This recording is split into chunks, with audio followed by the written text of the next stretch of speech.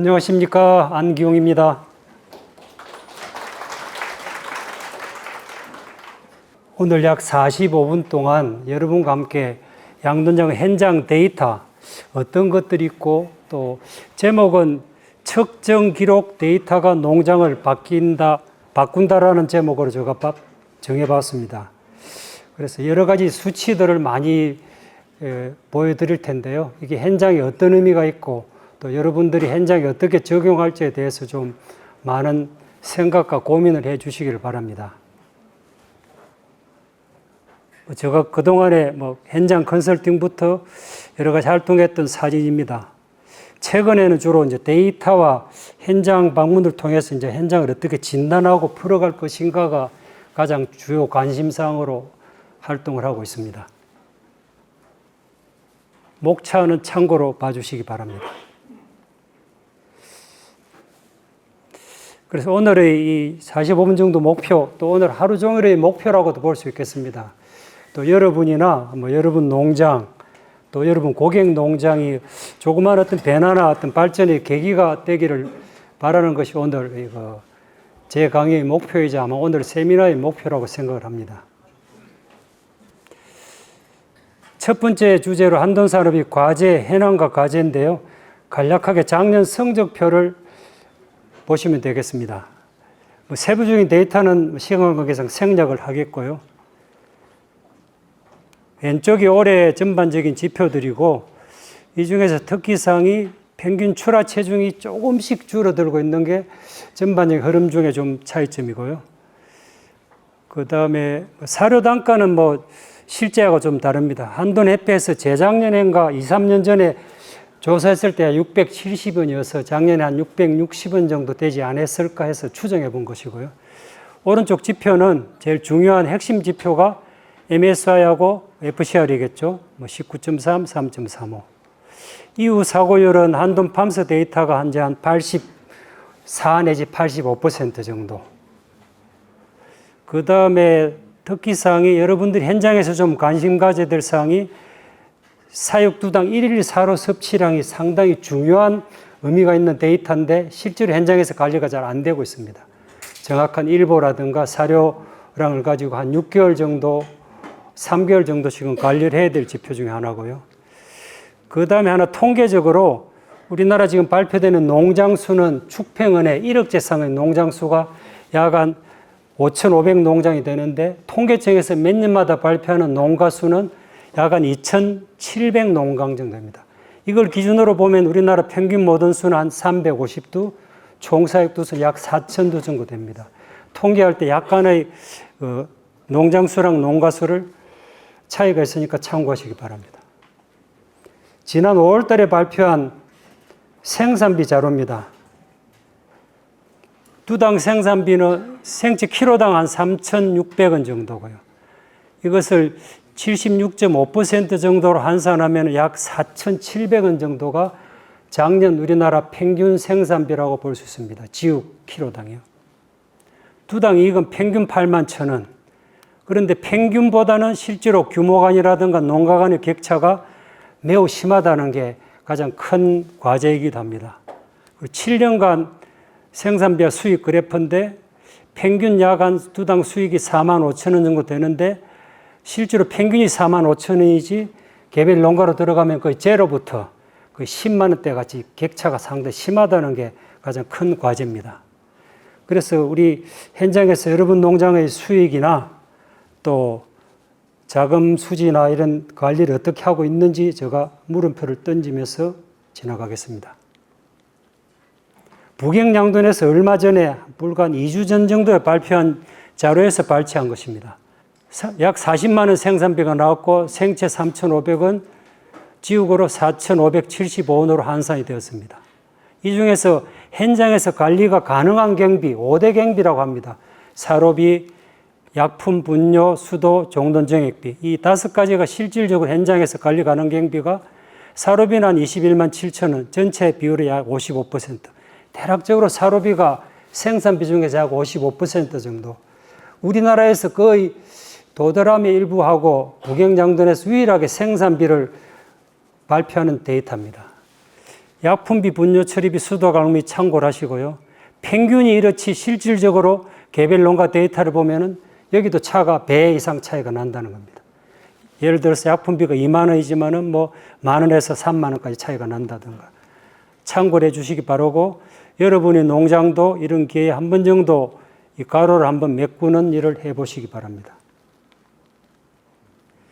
우리나라의 경쟁력이 어떻게 되느냐?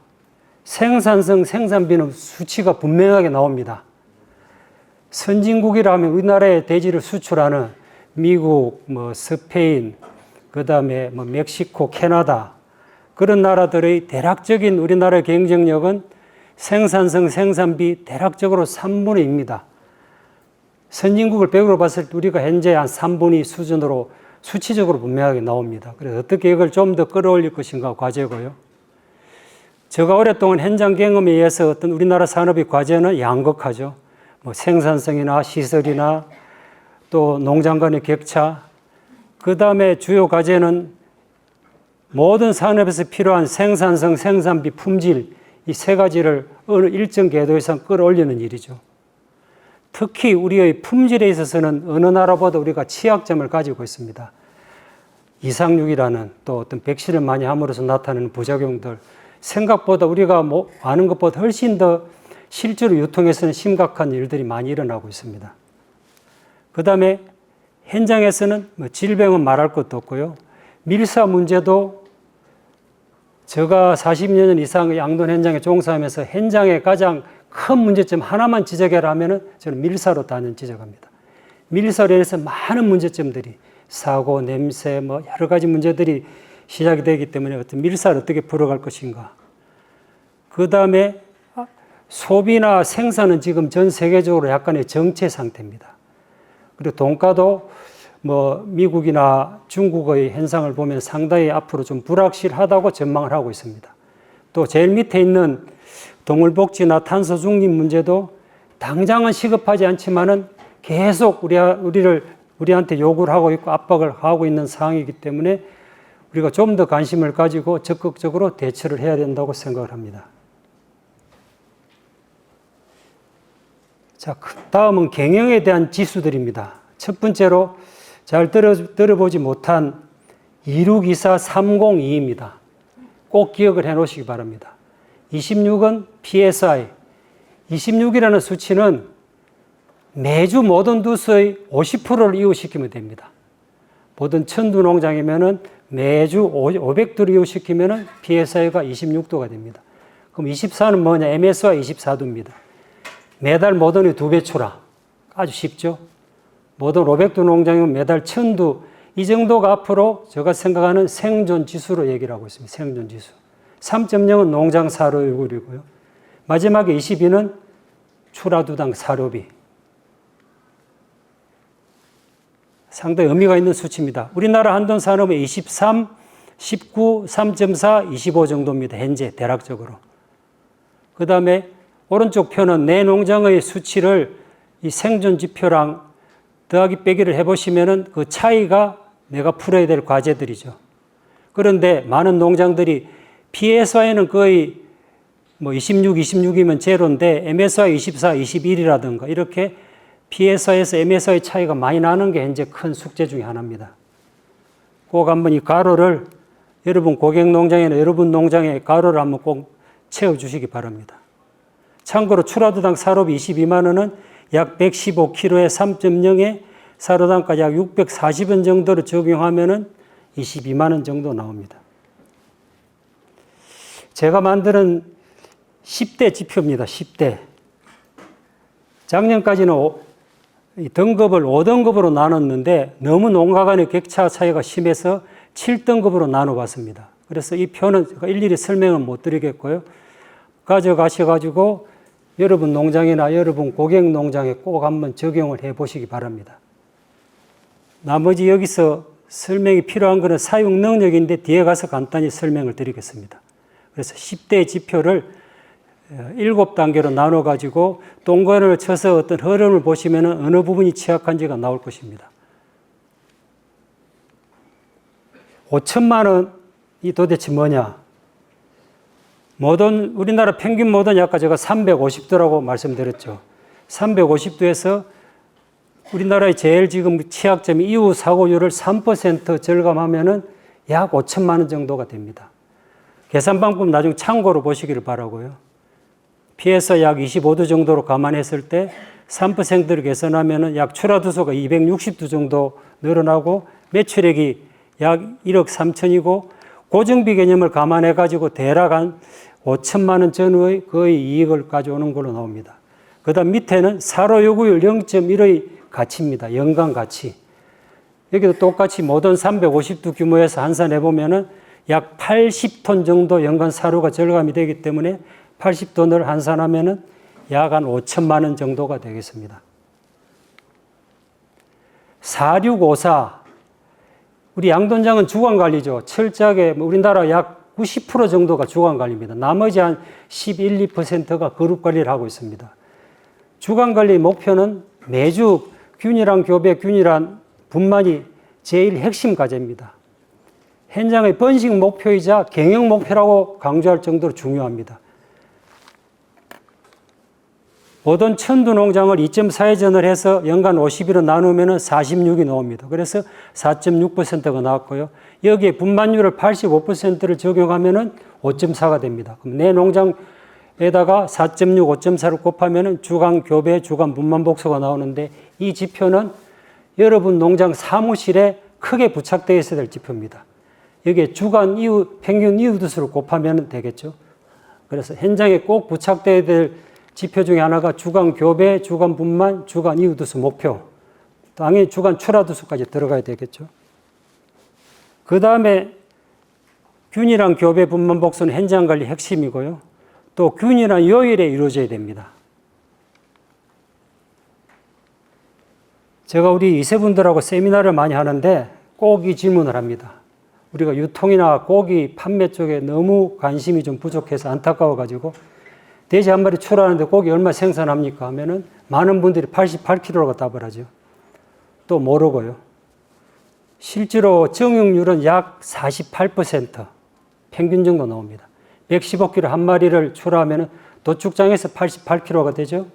그 다음에 이게 뼈하고 정육, 급대기랑 뼈하고 등지방을 발라내면은 고기가 약 한 56, 7kg. 그러면 이것이 우리나라 국민 2사람분입니다. 대략적으로. 제가 여기 교재에는 없는데 질문을 던져놨죠. 모든 350도 농장이 약 MSY 22도면 8,000도가 출하가 됩니다. 그래 되면은 약 16,000명 정도 분의 소비량이고요. 실질적으로 16,000명 분의 소비량이지만은 이 농장의 고기를 먹는 국민은 5만 명, 6만 명 정도 됩니다. 왜? 한 농장 고기만 먹지 않기 때문에. 그 정도로 모든 350도 농장에서 7, 8,000도를 출하하면은 내 농장의 고기를 소비하는 우리 국민은 5, 6만 명 정도가 된다는 걸 우리가 꼭 한 번 정도 생각을 해보시기 바랍니다. 1, 2, 3, 4, 1, 2, 3, 4 암호 같죠? 피그 흐로 의외로 돈사를 짓거나 리모델링을 할 때 꼭 첫 번째로 고려해야 될 사항입니다. 돼지 이동 단계를 어떻게 가져갈 것인가. 1번 단계는 미국에서 지금 대부분이 하고 있는 게 위인 투 피니시죠. 분만사에서 이웃시켜서 바로 비육사로 가죠. 유럽에서는 분만사, 자돈사, 비육사. 우리나라는 주로 3번, 4번이 많습니다. 여러 가지 사연이 있죠, 사실은. 그런데 또한 OX는 뭐냐? 이동하면서 돼지가 섞이는 문제입니다. 내 농장에 몇 번 이동을 하고 몇 번 섞이느냐. 가장 이상적인 거는 적게 이동하고 적게 섞이는 거죠. 미국에서 왜 윈 투 피니시를 하였을까? 많은 연구들이 있었습니다. 그렇게 해보니까 이동도 적고 스트레스도 적고 약품비도 적고 사료율이 잘 나오더라. 그래서 3주 휴식해서 바로 비육사로 들어가서 출하하는 게 지금 미국의 투 사이트 체제의 대부분이 근간을 이루고 있죠. 밀사 진단입니다. 간단하게 요점만 말씀드리면은 모든 사용 능력은 분만틀하고 스톨이죠. 분만틀하고 스톨을 합친 것이 모든 두수의 약 15% 정도는 더 있어야 됩니다. 100% 가동은 불가능하니까요. 이게 부족한 농장들은 모던이 일령이 섞이는 경우도 나오고요. 그 다음에 자돈 비육돈 사용 능력이 아까 제가 밀사가 제일 큰 과제라고 얘기를 드렸죠. 투 사이트가 늘어나다 보니까 절대적으로 지금 비육장이 부족한 현실인데요. 진단은 간단합니다. 이후 자돈 육성 비육사 사용 능력이 농장을 따졌을 때 모돈의 몇 배냐?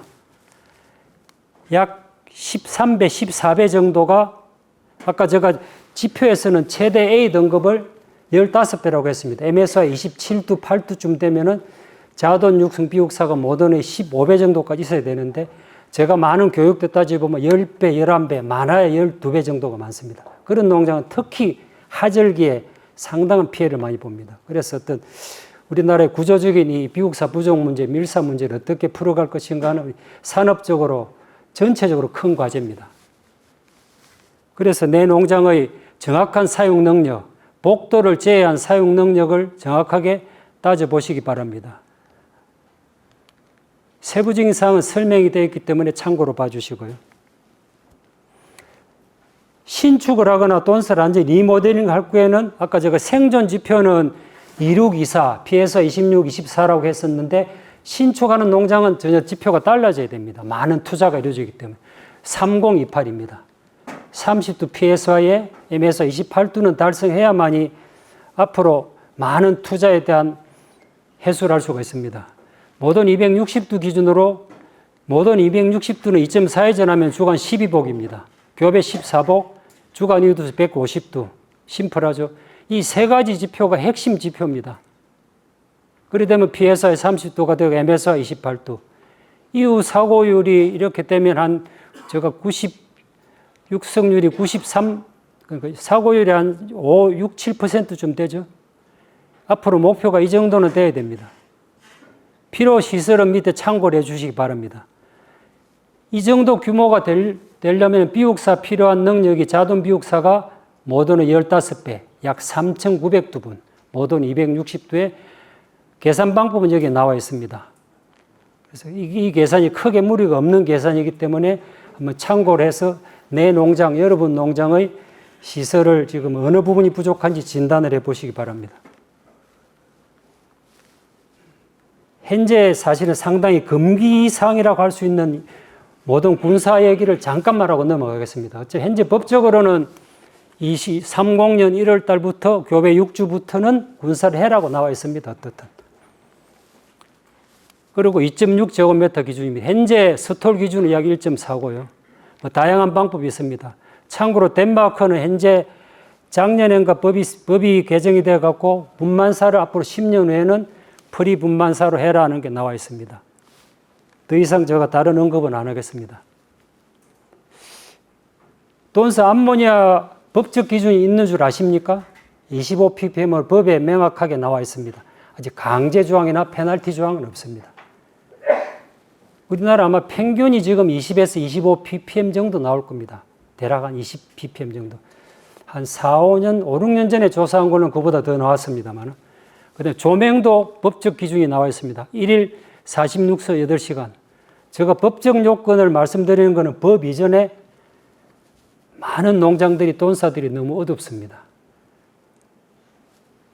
실제로 보온등이나 다른 전기료에 비하면 실제로 실내에 등켜 놓는 건 아무것도 아닌데 낮에는 깜깜하게 지내는 경우만, 어두우면 돈사에 안 들어가고 대지 관찰을 소홀히 할 수밖에 없어요. 그래서 돈사는 좀 심하게 무조건 좀 밝아야 된다. 그런 말씀을 드리겠고요. A2파이버. 제가 2020년도에 박사 하기로 했는데 그때 제목이 사실 근무 환경이었습니다. 근무 환경. 그래서 제가 일본을 오랫동안 자주 왔는데 일본에 조금 앞서가는 농장들은 이제 A2파이버를 실행하는 걸 보고 다비육 중에서도 그 위에 같이 벤치마킹을 하고 실행을 했었는데 언제 우리가 A2파이버가 가능하느냐. 8시 출근, 5시 퇴근. 물론 요일에 따라 좀 유연하게 근무를 해야 되겠죠. 그리고 주 5일 휴무가 과연 불가능한가? 그런데 실제로 우리 현장에 가보면 시간 낭비가 하루 8시간이라도 최소 1시간에서 2시간 정도 낭비가 있다는 게 참 안타까운 현실입니다. 노동 효율성 문제. 어느 한 농장의 예입니다. 6시 출근합니다. 1시간 20, 30분 일하고 밥 먹으러 내려와서 1시간 반. 오전에 3시간 일하고 점심시간 2시간. 5시 반까지 총 일과 시간은 8시간입니다. 그런데 이런 중간중간 쉬는 시간이 길기 때문에 업무 연속성이 끊어지게 되고요. 비효율적입니다, 사실은. 이분도 우리가 이 분야도 상당히 앞으로 좀 더 관심을 가져야만이 좀 더 유능한 젊은 사람들이 많이 오지 않을까 생각합니다. 앞으로 양도는 집중관리입니다. 어떻게 집중할 것인가? 여러 가지 방법이 있죠. 뭐 단수나 표준화, 전문화로 얘기하는 3S인데 그 중에 그룹관리도 현재 대부분이 하고 있는 그룹관리인데 한 10% 정도 하고 있는 2주간, 3주간, 4주간, 심지어 우리나라에서 유일하게 7주간 그룹관리한 농장도 있습니다. 매뉴얼, 피그 허로를 어떻게 단순화할 것인가. 발정 동기화와 유도분만은 거의 일반화가 되어 있고요. 그래서 주간 목표 관리, 요일 집중, 이것이 앞으로 어떻게 내 농장을 집중 관리해서 일할 때 일하고 쉴 때 쉬느냐가 앞으로 큰 또 우리 젊은 분들이 많이 지금 경영을 맡고 있는 상황에서 상당히 앞으로 많이 관심을 가져야 될 과제입니다. 기록에 대해서 본격적으로 좀 얘기를 드리겠습니다. 제가 도드람에 92년부터 한 5년 정도 근무를 했었는데요. 94년 1월 15일자 도드람 통신정보지입니다. 역사가 있는 거죠. 32년 전이네요. 그런데 놀랍게도 1월 15일자 정보지에 전년도 93년도의 21개 농장의 전산 기록이 나와 있어요. 이 무렵에는 농가 실명으로 나갔습니다. 대단했었죠, 지금 생각하면. 그래서 서로 농장 간의 경쟁이 붙었고요. 1월 15일자 정보지에 나가기 위해서는 당연히 1월 초에 빨리 마감이 되어가지고 집계해서 물론 이게 비교적 간이로 만들었습니다만은 그때 보면 이우두수가 제일 좋은 농장에 10점 몇 두고요. 안 좋은 농장은 뭐 8점 몇 두도 있습니다. 그래서 이때가 데이터에 의한 컨설팅의 시작이었습니다. 농장을 서비스하는 게 본격적으로. 그때 이름이 도드람 데이터 피거. 지금의 피거 프렌 전산 프로그램의 모태가 된 것이죠. 상당히 의미가 있는 사진이라 한번 보여드립니다.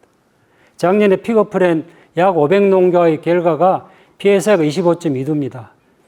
총사는 10년 전에 12.1에서 13.7도로 1.6도가 늘었는데 이우두수는 9.9도에서 10.9도, 1도밖에 못 늘었습니다. 다산다사. 어떻게 이걸 이제 다산다생으로 우리가 갈 것인가가 제가 한 2년 전에 이 자리에서 약 1,000만 두가 죽어간다는 얘기를 발표한 적이 있습니다.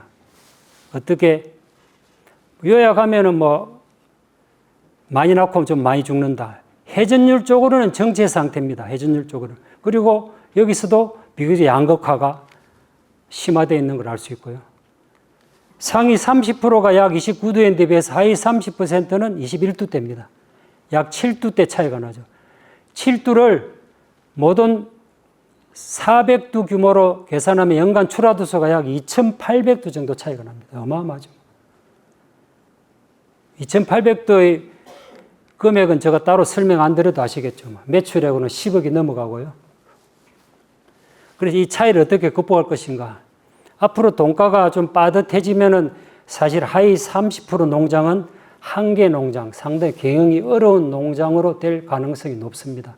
어떻게 평균까지 끌어올리고 목표는 상위 30% 수준까지 끌어올릴 것인가가 큰 우리 산업의 과제입니다. 상위 10% 농장의 공통점은 기록을 빨리 한다는 얘기입니다. 그리고 농장에서 직접 하고 있고 우리나라 지금 전산 기록의 큰 숙제 중에 하나가 약 반 이상이 사료나 조합에 의존한다는 거예요. 반드시 직접 입력하고 일주일 이내로 입력해야 되는데 그렇지 못합니다. 그리고 장기적으로 이용하고 있고요. 생산 시스템이 비교적 단순합니다. 그리고 정기적인 계획 도태를 하고 있고 한 종돈장을 장기적으로 이용하고 있고 균일한 주간 교배 분만을 위해서 상당히 노력을 합니다. 또 요일을 집중하기 위한 노력도 하고 있고요. 교배는 월라, 분만은 목금에 어떻게 집중할 것인가. 당연히 후보든 발정 동기와 유도분만 하죠. 그 다음에 비생산 모든, 사고 모든 관리를 신속하게 합니다. 자, 불임이 나오죠.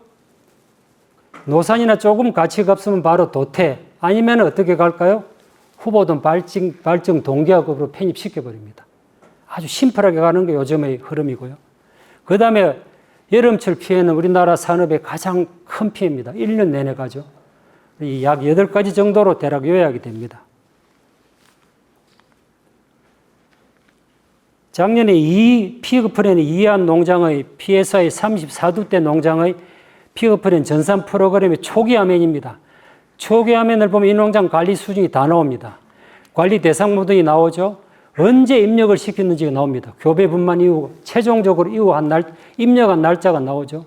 PSI 트리가 나옵니다. 총산, 실산 이후, 회전율, 그 다음에 관리 대상 모델을 클릭할 수 있고요. 그 다음에 6개월, 1년간의 출하 예측이 나옵니다. 향후 1년간의 출하 예측 두수가 나옵니다. 그래서 이 초기 화면에서 이 농장의 대략적인 진단이 가능합니다. 약 950만 두. 제가 2년 전에 똑같은 얘기를 했습니다. 작년에 1970만 두 출하를 했습니다. 총산이 약 2920만 두. 여기서 여러분한테 드리는 숙제는 가로를 메꿔주라는 얘기입니다. 여러분 농장 또는 여러분 고객 농장의 가로를 꼭 메꿔주십시오. 그리고 이 4가지 수치를 메꾸는데 얼마나 시간이 걸리는지. 제가 전산관리를 하는 농장에 들어가가지고 이걸 메꾸는 시간은 불과 한 2, 3분입니다. 2, 3분. 한 화면에서 보고서에서 다 나오기 때문에. 출하 사료까지 다 나옵니다. 생시사고, 포유중사고, 이후사고죠. 그래서 이거는 여러분들에 드리는 숙제입니다. 숙제. 그래서 1년 동안 우리 농장의 총 사고가 몇 두고 사고율이 몇 %고 몇 두 정도 줄일 수 있고 단계별로 감소 전략은 어떤지.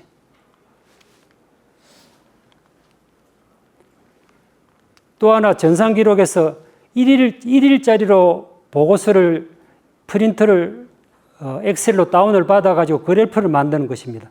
하루 매일 어떤 일이 일어나는지를 한 번씩은 전산하는 분들은 보시기 바랍니다. 교배하고 미경산동 교배하고 미경산동 교배가 기존 교배 복수랑 같이 붙어 있으면 발정 동기화가 잘 된 것이죠. 그래서 여기 보시면 상당히 분산되어 있다는 얘기는 후보든 발정 동기화를 안 하거나 제대로 안 된 걸로 볼 수 있습니다. 그래서 얼마나 요일별로 교배는 월 하고요. 그 다음에 분만은 목금인데 얼마나 집중이 되었냐를 볼 수 있는 거고 여기에는 임신 기간입니다. 119일이라는 얘기는 전혀 유도분만을 하지 않았다는 얘기입니다. 그럼 과연 119일에 분만시키는 것이 맞느냐 여러 생각을 하게 만들죠. 그래서 한 번 정도 이런 식의 활용을 하시기 바라고요. PSI 32.2두 농장은 철저하게 주간 교배 분만이 균일합니다. 보시다시피 주간 교배 분만 복수, 주간 이후 자돈수가 큰 오차가 없습니다. 이게 현장 주간 관리 핵심이죠. 요일별로 월날 교배가 집중이 되고 파란 게 교배고 이 색깔이 분만입니다. 분만이 거의 하루에 끝났죠. 이게 가장 이상적인 현장의 집중 관리 사례입니다. 한돈 핵심센터에서 작년에 발표한 자료입니다. 약 4년, 약 5년 동안에 월화 교배율이 놀랍게도 96%입니다. 제가 지금까지 이런 지표는 본 적이 없습니다. 96%, 90%를 기억해 놓으십시오. 월화 교배에 무슨 의미가 있느냐? 집중이죠, 집중.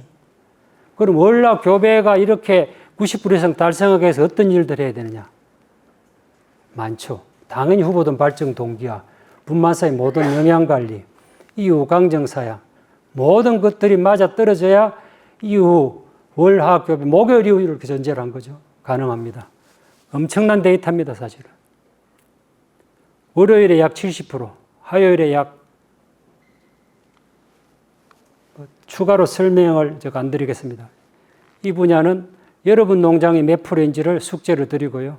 또 어떻게 달성할 것인지 좀 세부적인 방법을 고민을 해보시기 바랍니다. 픽업플랜에서 영산, 일산 모든 도태 폐사를 집중 분석을 해보니까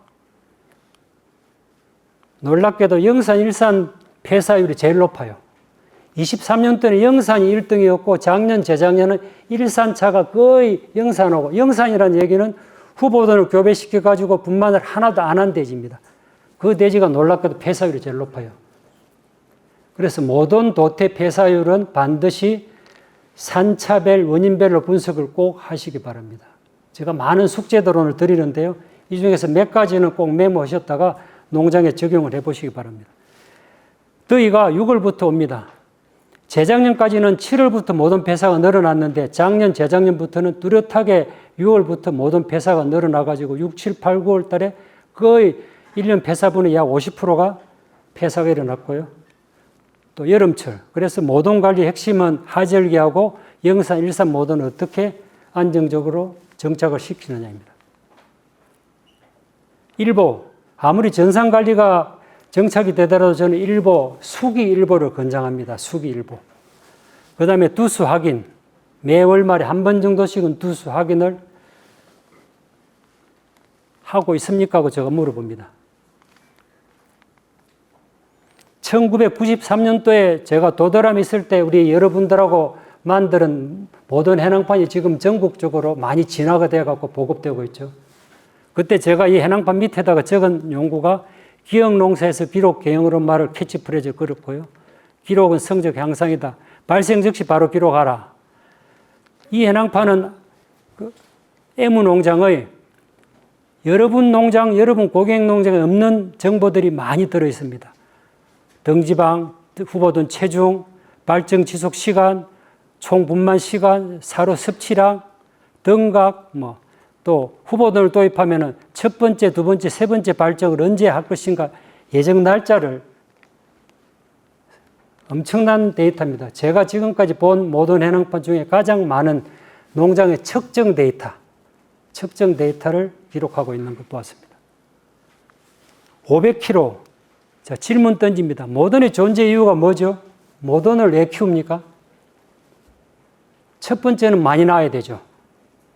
두 번째는 잘 키워야 되죠. 많이 낳는 거는 총산자수고요. 잘 키워야 되는 거는 뭡니까? 덜 죽여가지고 이후 체중을 좋게 만드는 거. 그 다음 세 번째가 중요합니다. 세 번째가 뭘까요? 오래 가야죠, 오래. 일산의 성적 베스트로 내고 도태되면 의미가 없지 않습니까? 이 세 가지가 500kg입니다, 500kg.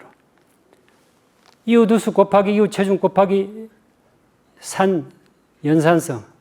그래서 지금 밑에 보시는 7산 모든 해낭판은 7산인데 총 평균 13두유로 시켰고 평균 이후 체중 6.2kg 해가지고 564kg를 현재 7산 이후 시키는 시점에 달성하였습니다. 사실 500kg를 기억해 놓으시고요.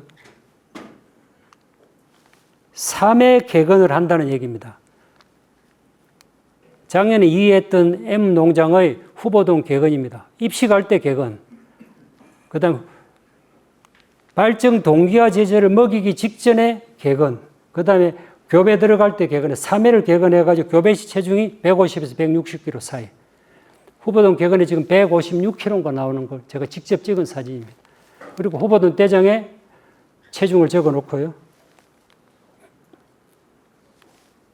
우리 박상은 실장이 이 자리에서 발표한 자료입니다. 덴마크에서 많이 보급되어 있는 3컬러 시스템.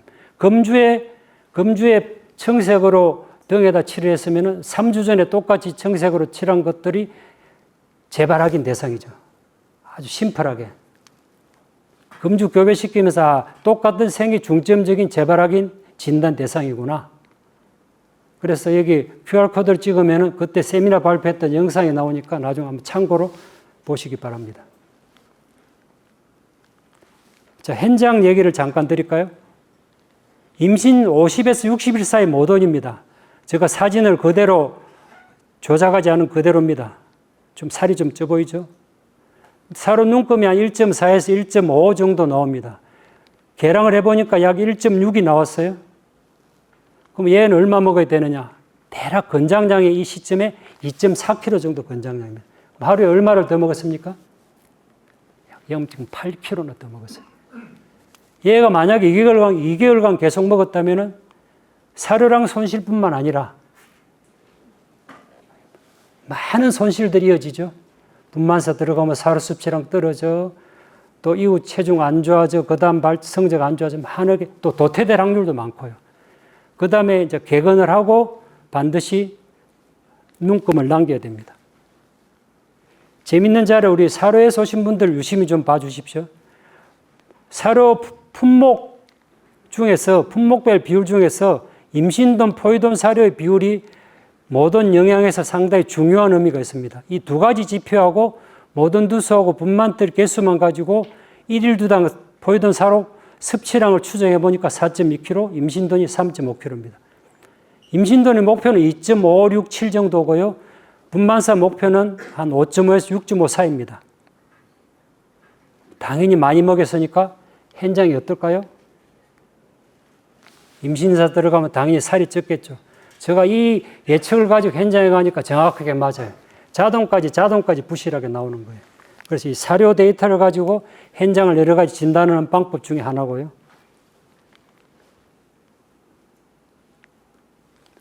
이미 많이 나왔던 이론들입니다. 분만 전에 사료를 언제 먹이는 것이 좋으냐. 옛날에는 대부분 뒤에 먹였죠. 2회. 아직까지도 2회를 먹이는 농장이 있습니다. 반드시 4회를 권장하죠. 왜? 6시간이라는 게 있기 때문입니다. 여기는 3시간인데 대체적으로 6시간 정도 전부터 당이 떨어지고 분만 시간이 길어지고 사산이 많아진다는 게 많은 연구 결과에 나옵니다.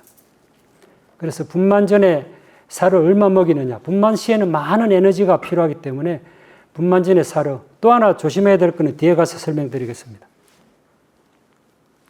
그래서 분만 전 급여 시간과 횟수, 급여량이 어떻게 되는지를 꼭 챙겨보시기를 바라고요. 제가 종종 교육할 때 골든타임 분만하고 나서 빨리 처치해야 될 골든타임이 얼마냐 물어봅니다. 상당히 과학적으로 나옵니다. 한 3분 정도로. 왼쪽 표를 보시면은 이게 좀 작아서 안 보이는데 불만, 램프만 켜준 경우 아무것도 램프도 안 켜주고 아무것도 안 해준 경우에는 불과 2분, 3분 만에 체온이 급격하게 떨어진 노란 색깔입니다. 한 5분 정도 만에 한 2, 3도로 체온이 떨어진다는 걸 볼 수 있습니다. 램프만 켜줘도 좀 좋아지고요. 램프를 켜주고 닦아주면은 체온이 가장 적게 떨어진다는 게 나오죠. 그래서 골든타임을 저는 한 3, 4분 정도로 보고 있습니다. 여기 보시면은 3분 정도에 저들 먹게 해주라. 그리고 태어나가지고 엄마한테 접근하는, 모유에 접근하는 시간이 20분 이내면은 사고율 가장 줄어든다. 물론 이 자료는 미스트랄이라는 회사에서 만들었지만은 상당히 의미가 있는 자료라 보여드리는 것입니다. 이 표도 상당히 재미있는 표인데요.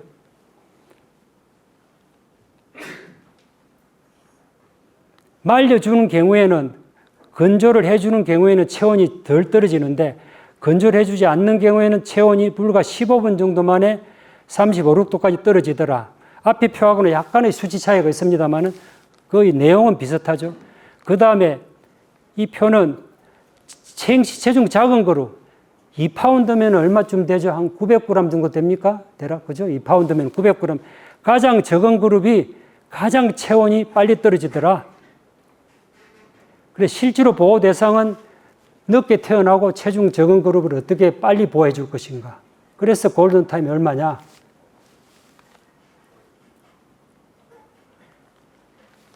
여기도 마찬가지입니다. 3시간, 6시간, 초유의 골든타임이 얼마냐? 통상 6시간 정도로 얘기할 수 있습니다. 분만 후 6시간 정도 되면 급격히 떨어지는 걸 아시죠? 면역이요. 초유를 얼마 먹었느냐? 얼마 적은 체중일수록 초유를 많이 먹어야 된다는 얘기입니다. 체중이 큰 돼지는 체중이 여기 보시면 체중이 큰 돼지일수록 초유를 조금 적게 먹어도 견뎌내는데 그런 표고요. 생시 체중이 1.1kg대로 1kg, 1.3kg 체중이 적어도 초유를 잘 먹으면은 이후 출하 체중의 차이가 많이 나지 않는다. 그런 얘기입니다. 요지는 생시 체중이 작아도 초유를 잘 먹이면 잘 큰다. 축구안에서 여름철 자료입니다. 물론 돈사의 환경이 어땠는지는 정확하게 나와 있지 않은데 낮 시간에 사료를 적게 먹기 때문에 어떻게 사료를 잘 분배해 줄 것인가. 여름철 분만사 모든 사료 급여 전략을 이 표를 보고 검토해 주시기 바라고요. 생시 체중을 측정하면 많은 문제점을 발견할 수 있고 해결책을 찾을 수 있습니다. 생시 체중을 측정하자. 개체별로도 한 번씩 해보고 복당을 하자. 이후 체중을 달아보자. 100% 못 달더라도 복으로 다는 경우, 전체를 다는 경우 필요해서 한 번씩 개체별로 달아보면 내 농장의 분만사 관리, 자돈사 관리에 많은 대책을 찾을 수가 있습니다. 태어나는 자돈의 82%는 물입니다. 많은 의미가 있는 영양학 데이터입니다. 가축 영양학에 나오는 데이터인데요. 임신 말기 물을 어떻게 줘야 될지, 분만사의 바닥 온도, 조그마한 사진인데 분만사에 보온등이 없이 바닥에 보일러만 있는 사진입니다. 덴마크의 자동차인데 보일러가 당연히 없이 바닥 보일러 사진입니다. 그래서 이후 때도 거의 모든 체성분이 물이 많다. 분만사 모든 사료 1일2당 사료 섭취량 관리를 꼭 하자. 모든 영양 데이터 중에서 가장 핵심 데이터 한 가지만 말하라고 하면은 1일 포유든 사료 섭취량입니다. 꼭 확인을 해 보시기 바라고요. 우리나라에서 작년에 1등한 농장의 약 20도의 사료 섭취량 곡선입니다. 평균 3주 이후 동안 6.6kg 먹었습니다. 상당히 많은 양입니다. 그래서 달성 방법은 참고로 봐주시기 바라고요. 포유모든 사료 섭취량을 24년도 여름철에는 115kg밖에 못 먹었는데 여름철 대책을 적극적으로 한 결과 그 다음에는 150kg를 약 20%, 30% 가까이 더, 20%쯤 됩니다. 더 늘어남으로써 이후 두수가 약 600마리 가까이 늘어났다는 엄청난 데이터입니다. 포유든 사료 입고락을 어떻게 관리할 것인가? 규모가 작은 농장은 상당히 큰 과제입니다. 제가 교육대 조사해보면은 7일에서 20일짜리도 나오고요. 여름철은 목표는 7일이고 겨울철은 10일입니다만 꼭 따져보시길 바랍니다. 자동급이기가 지금 우리나라에 많이 보급되어 있는데 내 농장의 자동급이기 프로그램은 어떻게 세팅이 되어 있는지, 특히 분만 전후에 1kg라든가 0.5까지 세팅이 되어 있는 농장은 빨리 조정을 하시기 바라고요. 이게 대략적으로 분만 시에도 거의 같이 가져갔죠. 자, 시간이 얼마 안 남기 때문에 그 마무리 쪽으로 가겠습니다. 비육사 부근을 더 챙겨야 된다. 이유가 실질적으로 중요도는 50대 50이고요. 원가 면에서는 20대 80이고 이후에 사료량은 15%대 85%입니다. 실질적으로. 추정 원가는 참고로 봐주시고, 이후 가장 물이 많이 필요한 시기는 바로 이후 직후 일주일간입니다. 이때는 이걸 작성한 시험한 분의 얘기가 스펀지같이 물을 빨아들인다는 표현을 합니다. 스펀지같이. 그렇기 때문에 이때 물을 어떻게 잘 먹이게 할 것인가. 이후 일주일간의 사료 섭취량과 정체량이 평생을 좌우한다. 300g 먹고 250g 자라게 해야 된다. 테스트를 해보니까 자동급이기를 가지고 테스트를 해보니까 318g 3주유 농장입니다. 이 정도면 거의 만족스러운 결과예요. 오른쪽은 일주일간 섭취량 목표고요. 성장 그래프는 참고를 해주시기 바랍니다. 이후 사고율이 3%인 농장의 사례인데 자동급수기로 물을 공급해주고 있고, 그 다음에 비육사도 안개분무나 중계식 믹싱팬을 활용하고 있는 게 특기사항입니다. 자동사도 마찬가지고요.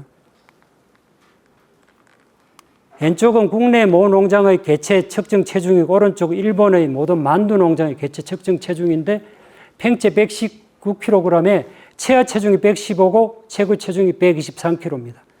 상당히 의미가 있는 균일한 지육을 만들기 위한 노력을 안타까운 데이터를 안 보여드릴 수가 없어서 제가 고민하다가 넣었습니다. 도드람에서 발표한 자료입니다. 이상육이 약 30%, 후지에서 많이 나오죠. 그 다음에 절식 비율은 정확한 데이터는 안 나오는데 현재 실행률이 한 40에서 50% 정도를 보고 있습니다.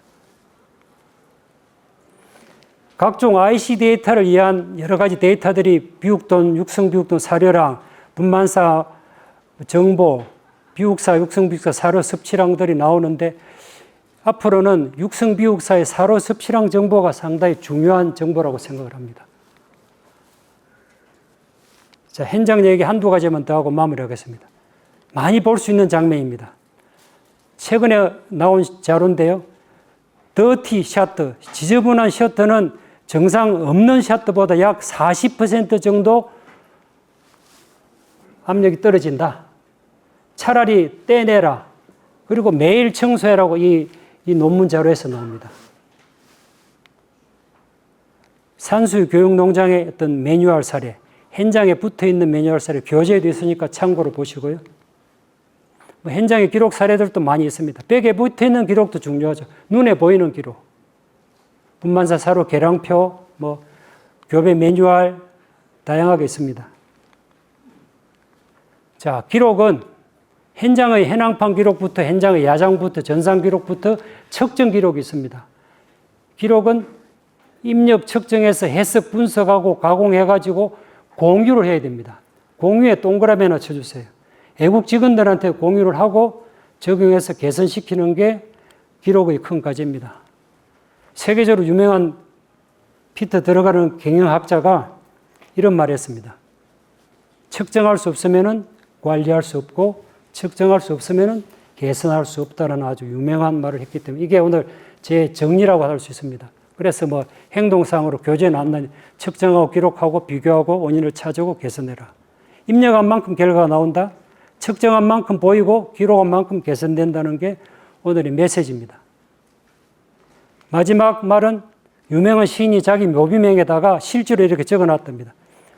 나중에 네이버에 한번 검색해 보시고 우물쭈물하다가 내일을 줄 알았다. 이것으로 제 발표를 마치고요. 뭐 질문 있으시면 한 분 정도 받을까요?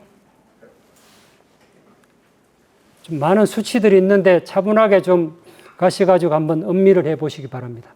이것으로 마무리하겠습니다. 감사합니다.